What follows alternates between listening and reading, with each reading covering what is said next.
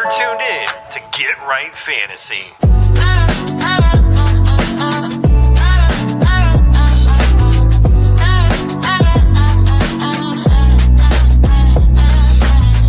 Hey everybody, Adam Rank here. What's up, friends? Daniel Dopp here from the Fantasy Focused Football Podcast over on ESPN. It's Fabs here, Michael Fabiano from Sports Illustrated. You know who you can trust if you've got some questions about your fantasy squad? Want to check out a cool show on YouTube that'll help you get ready for the fantasy football season? Check out the Get Right Fantasy Network. Check out the Get Right Fantasy Network. If you are not subscribed, what are you waiting for? You want to lose your league? Head on over to YouTube. Check out the Get Right Fantasy Network because they're doing everything they can to make you a better fantasy player. You got to get right with the Get Right Fantasy Network.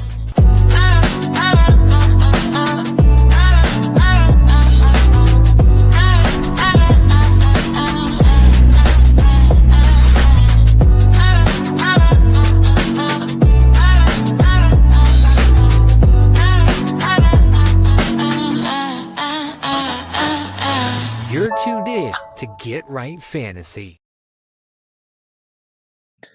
What up, world? This is FishnFrank here with Get Right Fantasy Network coming at you another Monday night here.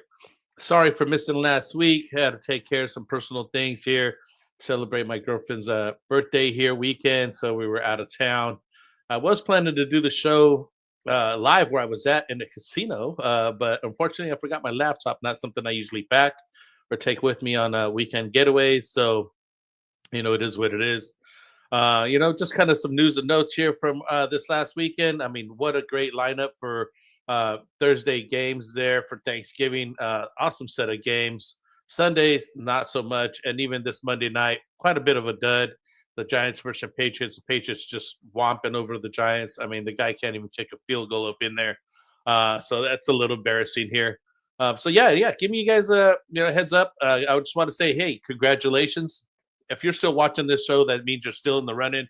That means your lineups are doing well. You're probably heading into the playoffs. You want to see what you need to do to get that next little level, get that next step up. So congrats on that. I think I only had 1 or 2 losses this week. I think 2 losses, unfortunately, in my main leagues. All the other leagues, good wins. But unfortunately, can't win them all, right?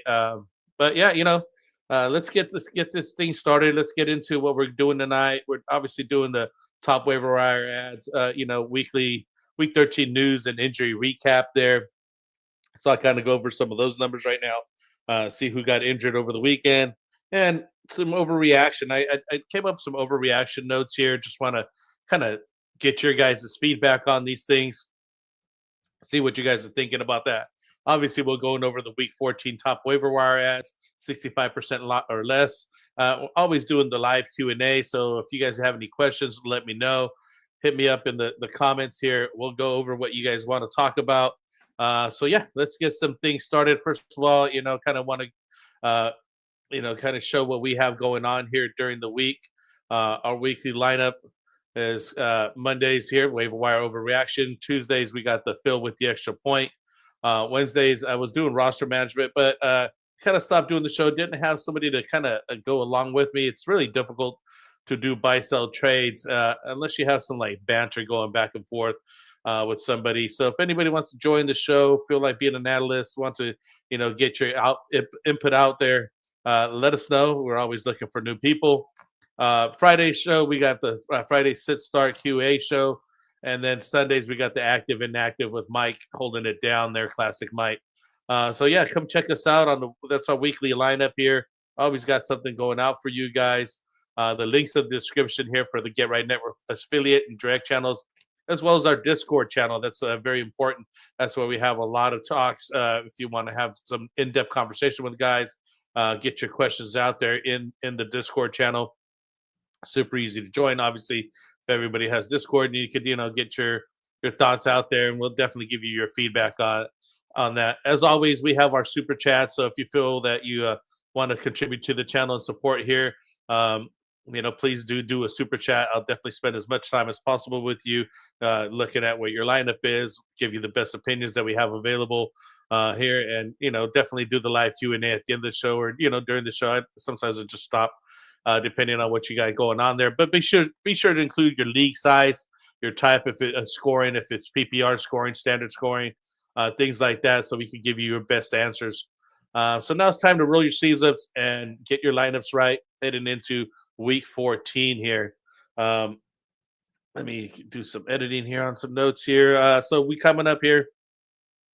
We got 4 teams on the bye here in week 14: Carolina Panthers, New England Patriots, New York Giants, and San Francisco 49ers there. So yeah, get your lineup straight. Start thinking about who you need to replace at quarterback, who you need to place a running back on those prospective teams. I'll be having to lose McCaffrey. I'll be losing Drake May here for the Patriots. He's been holding it down for me. So those are some of the guys that I've been will be looking to replace. So definitely take a look at some of those guys there. I just kind of want to go over some injury notes before I do some overreaction, because I got some really spicy ones, and I want to get you guys' feedback on that and see what's going on. Hollywood's dropping it in right now already with the question. Thank you, Hollywood. I'll get to you in 1 second. I want to go over the injury news really quick, and I'm going to take a look at what you got going on. So here we go. As far as injuries, we got Justin Herbert. Big news here. Left hand fracture. So it's not his throwing hand. He will have to go under surgery, as I understand. It's unclear if he's going to have surgery, but I understand he's going to have surgery. And it's just yet to see if he misses any time. Trey Lance would get the start if he does miss some time. So definitely a downgrade for his pass catchers there. Keep an eye on that situation. If he actually does play, I'm not too happy about that. I do have Justin Herbert in a couple leagues, late quarterback pickup, and everybody's taken now. Amon-Ra St. Brown there, the sun god here with the Detroit Lions. Low ankle sprain, questionable, considered week to week, but the Lions have a 10-day break before week 10, week 14. So if he's out, Jameson Williams becomes a must start, which he did pick up the slack after Amon-Ra St. Brown went down on that game. They do have another Thursday night game here against the Cowboys coming up. So basically the same week that they had, because they just played on Thanksgiving, playing another Thursday night game. So we'll see how that works out for them. Keep an eye on him. Aaron Jones, running back, Minnesota, shoulder injury. Unclear at this time, needs evaluation. So it's another injury for him. He has been out earlier this season. Jordan Mason got the start, and he will likely take over the lead back role. Although struggling offense, I mean, I think they got shut out this last game here, Minnesota. So they've had a rough start of things. Another guy we got still, Marvin Harrison Jr., just came back from injury, and he left the game early after his first week back from the appendectomy.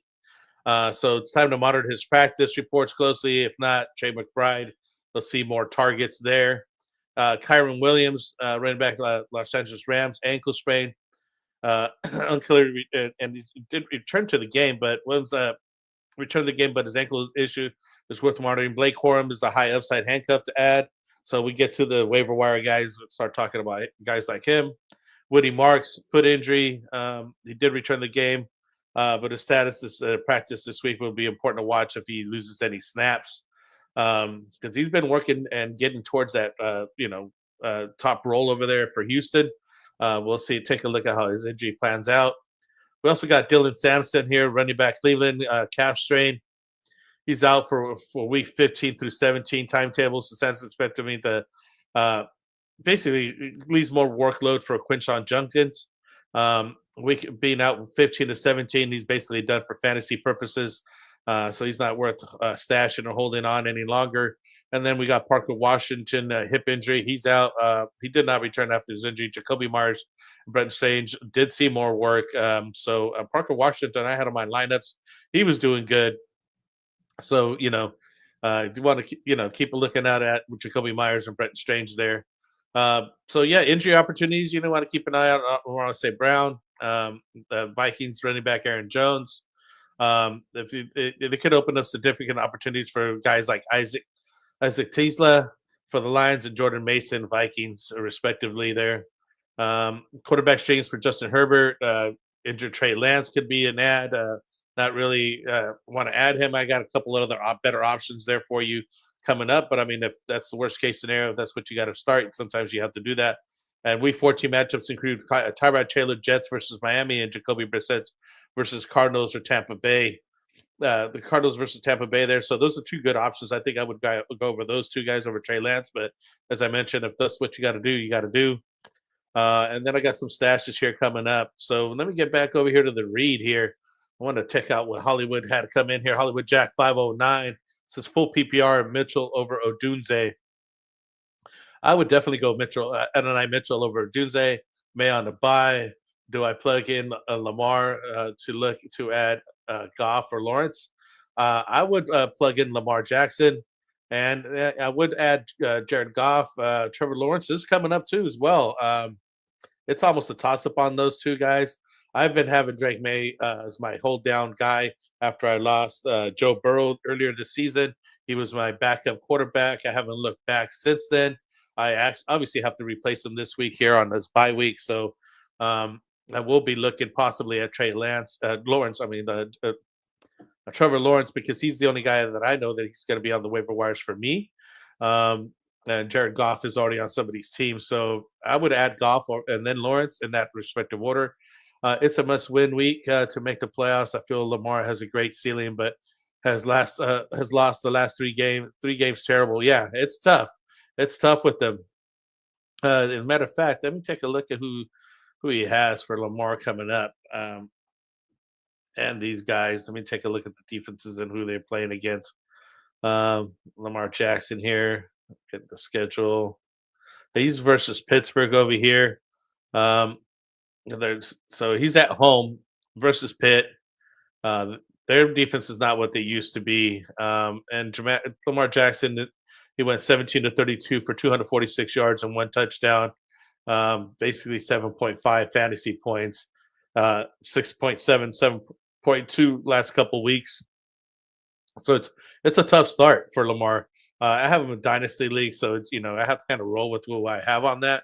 Let me take a look at Goff here, just to kind of give you a better perspective. I don't mind taking the time right now, but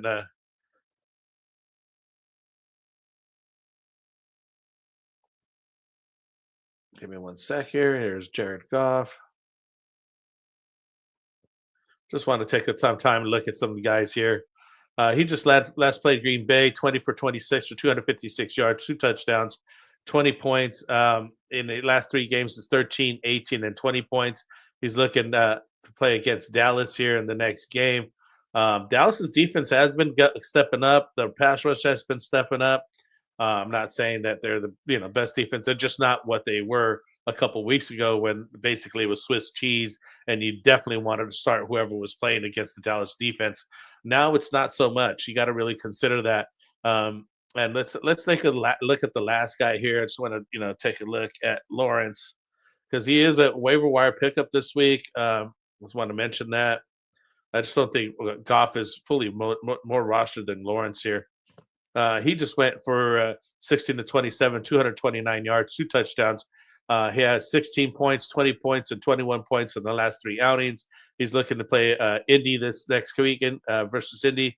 So not a bad matchup either. Indy's pretty tough on defense as well.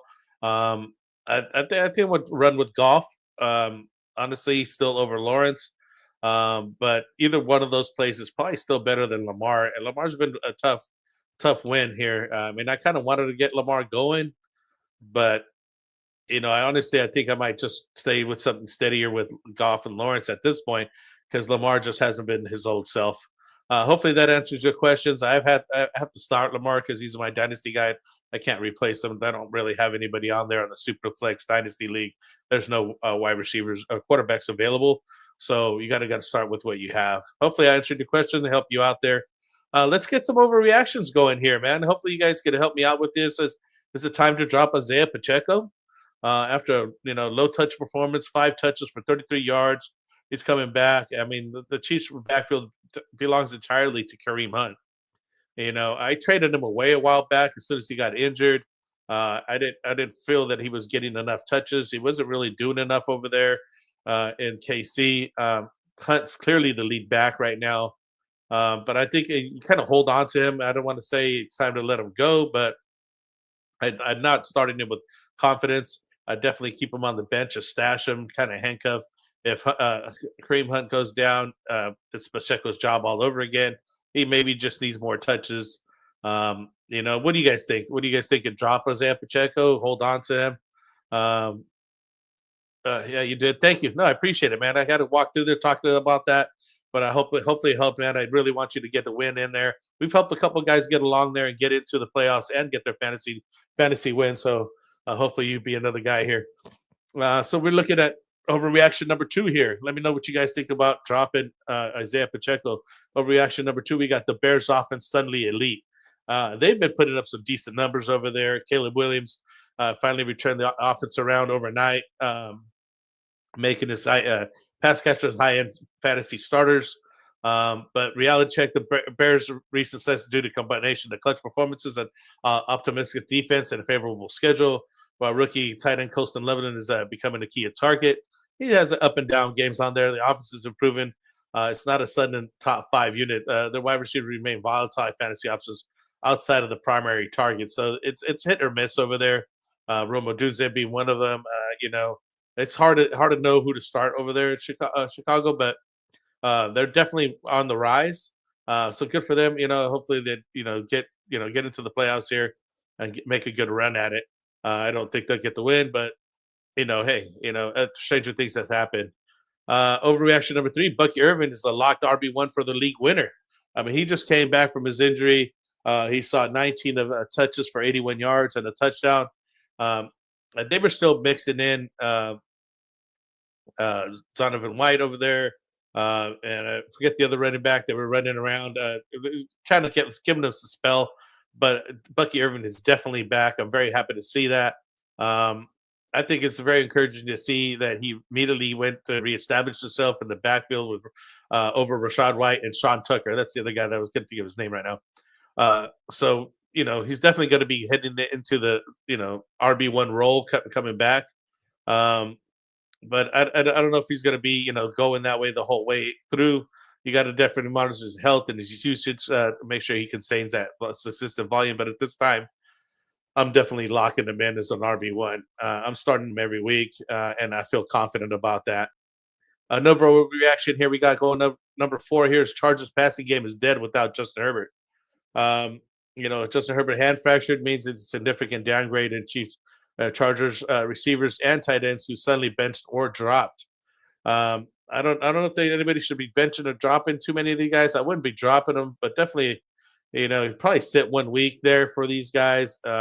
If you have to start them, you got to keep, start them if you have to. Sometimes the backup guy just kind of gets out there and chucks the ball just as much as the starter because, hey, what do they have to lose? You know what I mean? Like, they're just a backup anyways. Trey Lance has been putting up some decent numbers over the years here as a backup, not as a starter, obviously. He did start for Dallas a couple times as a backup, and here as well as the Chargers, he did some decent numbers. Not something I'm, hooting and hollering about. I would just basically bench my guys if I had any Chargers guys. It's definitely hurting me. I need to replace Justin Herbert. So overreaction number 5 here. Josh Allen's owners should panic after a quiet passing day. So, there's never an overtime to, overreact to Josh Allen, low passing yardage. It happens sometimes. Sometimes he wins on his feet and it gets his, runs in. But in reality, Bills have played really, really run-heavy ball with Cook handling over 35 touches. But Allen still remains the best fantasy quarterback due to his rushing floor. He had a rushing touchdown in general talent. So I wouldn't be, benching him or, doing anything crazy with Josh Allen. It just sucks that sometimes they do have bad games, a bad game strip. And if it's working for them and they're getting the win in, they're not worried about fantasy. So, got to keep that in mind. So this is some of the overreactions we had for the weekend. Just kind of want to give you guys some ideas about those things, something to think about. What are your guys' thoughts on these? Let me know on that. And real quick, I just got to pay some bills. I want to kind of bring up our sponsor here, Underdog Fantasy. Currently promos play 5, get 100 for new customers. Use the code promo code GetRight. Unfortunately, it doesn't show it on this promo here. If you are in these states, you do have access to Underdog Fantasy, so check them out. This is a great place to play the pickup contest. You simply pick higher or lower on player stats and like total yards and total touchdowns. You stack them together, and they give you bonus points times multipliers to get that in there. So check them out. Go to underdogfantasy.com or download the app and type in our promo code GetRight. We do all our best ball drafts in there during the off season, coming into the regular season. So definitely check them out for that. It's a really good way to get your understand the player values and ADP for your regular only drafts. So check them out. Use promo code GetRight. On that note, just want to kind of go over, pay some bills real quick, as I mentioned.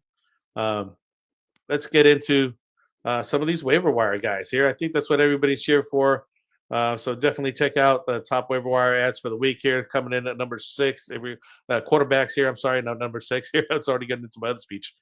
I start doing the shorts right after this. So coming in here, we got Jacoby Brissett, Arizona quarterback here. He's been over there holding down the fort here in Arizona. He's about 50 to 63% rostered, depending on what ESPN, Yahoo, Sleeper, whatever platform that you might be using at this time. Give me one sec, guys.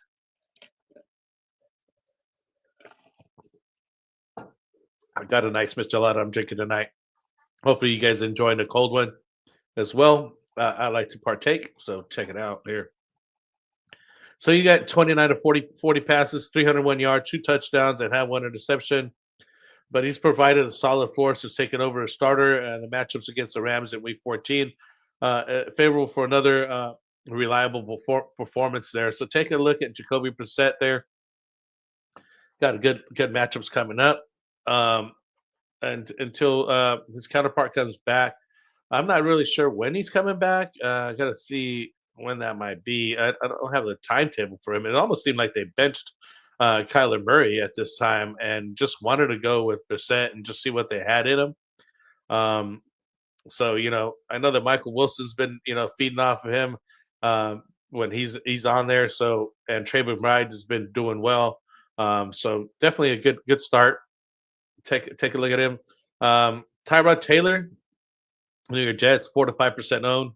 Again, you got some of these guys on buys. 19 to 33 passes for 172 yards and 1 touchdown. He's at Miami next. Had a strong showing in Week 12, Week 13, scoring 21 fantasy points. His mobility adds a rushing floor, making him a decent streaming option against the Dolphins. Not that the Dolphins had the best defense. I mean, they were terrible for a while there.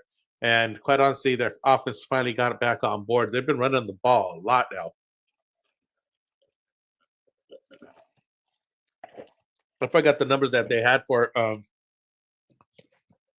the running back over there, and I can't think of his name. I always get stuck on some of these guys. But yeah, it's a good option here to Tyrod Taylor. Miami just not the best defense at all. You could maybe set him, forget him on that. Another option is Tyler Shoot, New Orleans, 5 to 7% owned, 26 to 38 passing yards, 239 yards, 2 touchdowns, and 1 interception while adding 18 yards on 6 carries. And he did lose a fumble, unfortunately. He's at Tampa Bay next, and he's throwing up some decent numbers. Again, Tampa Bay struggling as well, but maybe they could have a shootout over there with New Orleans because they're Swiss cheese as well as their defense. I've already mentioned Trey Lance here, but I just want to give you his numbers as he came into the game. He went 6 for 10 for 48 yards, 0 touchdowns, 0 interception for the partial game that he had. Definitely speaking of deep league ad. Again, it also depended if Justin Herbert plays or not. If he misses any time, Lance is going to, obviously be the guy that comes in there. And he could have, some rushing upside there. So, check him out. Last but not least, we got Shedeur Sanders there in the Browns, 8 to 6% owned right now. Completed a 16-25 passes for 149 yards and a touchdown. He's versus Tennessee next. I mean, the guy's putting up some decent numbers. He's the first Brown to win his debut in like 25 years. I mean, they've had a revolving door starting QBs over there. So, kudos to him. It looks like he's matured a lot by sitting on the bench, and he's putting up some decent numbers. Let's see what he does. It's not greatest thing to be having Shadur, but I mean, if you're in the tight spot, got some guys on a bye week or need somebody, that's who you're going to go for here. So those are the 5 guys there for the quarterbacks. Let me know what you guys think on these guys. It's tough. It's we're heading into the playoffs here. Got one more week or 2 here, depending on where you guys start the playoffs, and that's it. Beyond that, you're locked in here. So we got running backs. This first option here is Kyle Monangai, Chicago, 58 to 56% owned, very high ownership percentage already. I have this guy weeks ago. Rushed 22 times for 130 yards and 1 touchdown. It looks like he's taken over the lead role over there. Not yet, quite honestly, but he's definitely, they're time sharing over there. He's getting a lot of work, and so is DeAndre Swift. So, I would be running both of those guys. It's almost as easy to start either one of the guys and feel comfortable. So, definitely look at Kyle Monangai. Definitely one of the top waiver wire ads of the week. Chris Rodriguez Jr., Washington, 12 to 14, 12 to 24% ownership, depending on your league. 11 rushed for 11 times for 41 yards and a touchdown. He's the primary down and goal line back over there for the Washington Commanders. He's offering valuable volume and touchdown upside and a reliable flex option. So again, as flex as you can get for that guy. Bam Knight over in Arizona, 25 and 37% ownership. Rushed for 11 times for 62 yards, netted 3 receptions for 36 yards and a touchdown. But you might want to have, consider him as Trey Benson might be coming at here pretty soon. I'll get to him in a second, but he could be a handcuff coming up or, lose some touches here coming up. But he does provide consistent production with the solid snap share and involvement in the passing game, scoring 13-plus fantasy points in the last 3 games. So definitely worth a look at. Bam Knight, Arizona. Blake Corum, as I mentioned here earlier, with Kyron Williams getting injured here, if he's a handcuff here, ran for 81 yards and a touchdown on 7 carries. High value handcuff to Kyron Williams. His week 13 performance showed explosiveness potential if Williams were to miss some time. So definitely speculative ad. You got to look to see if Williams is going to miss some time. Wouldn't be a bad handcuff either way. So take a look at him. And last but not least, we got Devin Neal, New Orleans, 42 to 57% owned. He got the starter here after Kamara went down. We've been talking to him about him a couple weeks now. He carried the ball 14 times, 47 yards, and caught all 3 targets for his 22 yards. And Neal was quiet in the first Saints game as the lead back, but dominated the team's backfield. Pretty quiet, handling all but 5 of the running back carries. Continues to be the team's lead back, and he settles into the low end RB2 flex option here. He's got a week 14 against Tampa Bay. So another guy to take a look at here. I just got some notes here again. Mentioning Aaron Jones. The Vikings, if he's down, you got to look at Jordan Mason. If he misses some time, some stash options. If you are ready to, start locking up some playoff positions, you got some running backs on week 5. But you could look at Omarion Hampton coming back from injury, as well as Trey Benson. If those guys are still available on your leagues, definitely go snatch those guys up and stash them on your bench. For the coming playoffs here. At wide receiver, we got Adonai Mitchell. New York Jets, he's less than 2% owned, around 2%. He went week 13, he went 12 targets, 8 receptions, 102 yards, and 1 touchdown. And week 14, 4 for 3 for 31, and week 11, 3 for 2 for 18. So massive breakout game with the lead target share priority at a wide receiver 3 or flex appeal moving forward for him. Adonai Mitchell definitely blew out here. Jaden Higgins, Houston, 35 to 36% owned. Went 5 targets, 5 receptions, 65 yards, no touchdowns. But Higgins offers consistent floor, having posted 6.5 to 13 fantasy points in PPR formats over the last 4 weeks, and a reliable depth piece. So take a look at Jaden Higgins. Another guy, Devon Vele, New Orleans, about 1% owned. The guy's widely available. 8 targets, 8 receptions, 93 yards, and a touchdown. Vele broke out with the high snap rates and usage in week 13. Useful deep league options in PPR formats. and in pass-heavy offense. So they're definitely passing the ball over there in New Orleans. Check him out. I know Tyler Show could be looking at him. Another guy I really like, though, if Amon-Ra misses any time here, is Isaac Tesla, Detroit Lions. He's only less than 1% owned, holding both of his targets for 35 yards and 1 touchdown. So not much targets there. But if Amon-Ra's out, this guy could see a lot of looks. He's been getting some touches over the last few weeks, albeit inconsistent. But if Amon-Ra's down, he definitely should get a chunk of the target share as well as Jameson Williams. But Jameson Williams definitely widely owned, so it's not somebody you're going to be able to go out and get on waiver wires. But Isaac Tesla could be another guy that you could get out there because they will be looking at Jameson Williams, so this guy could run opposite of him.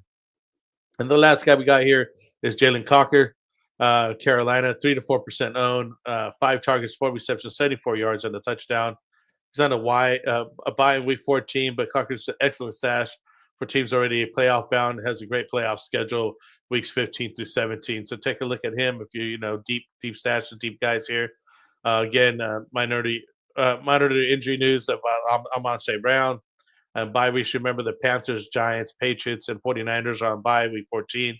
So some of these guys like Jalen Cookers immediately help you off in the playoff spot to secure some things like that. So, take a look at those guys. Oh, shoot. Give me a second here, guys. I got some technical situations here. Did not realize my camera went down.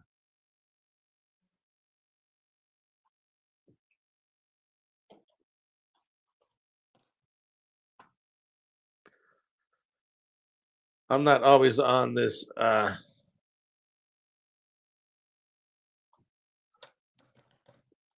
page because I'm looking at my notes and reading my notes. But I think I was fidgeting here. Sorry, guys. Let me see what we got going on.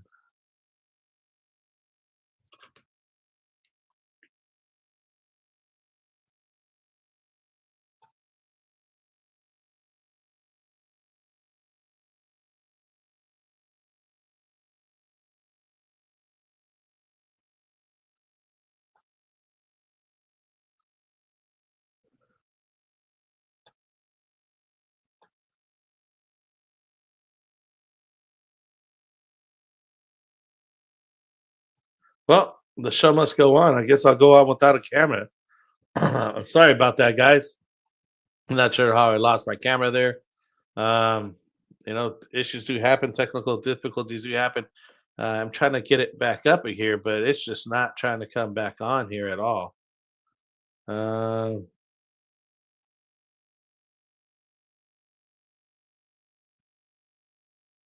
Yeah, I'm sorry, guys. Oh, here we go. We got this camera going again here.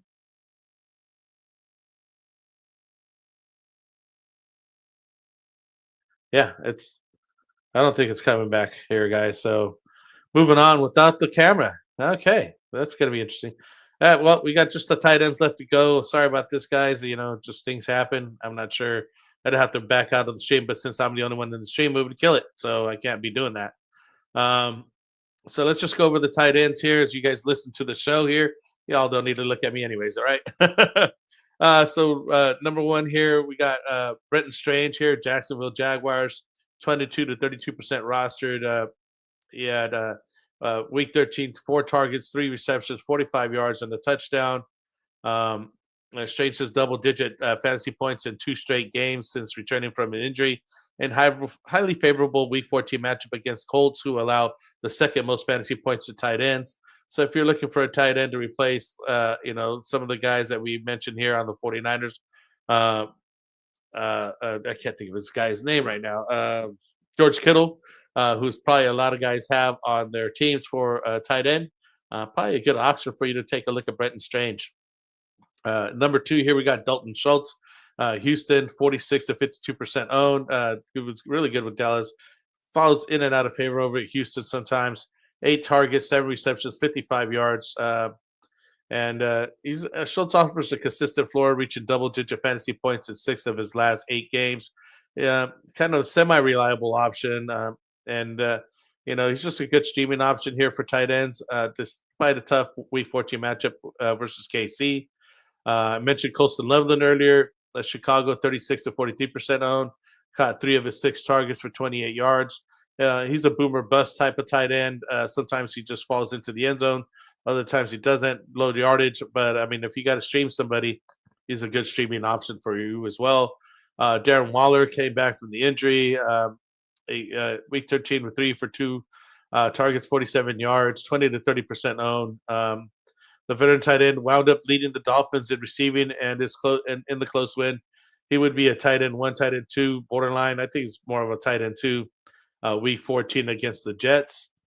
And then lastly but not least, we got Harold Fannin Jr. over here with Cleveland, 33 of 51, caught 3 of 5 targets for 43 yards and a touchdown.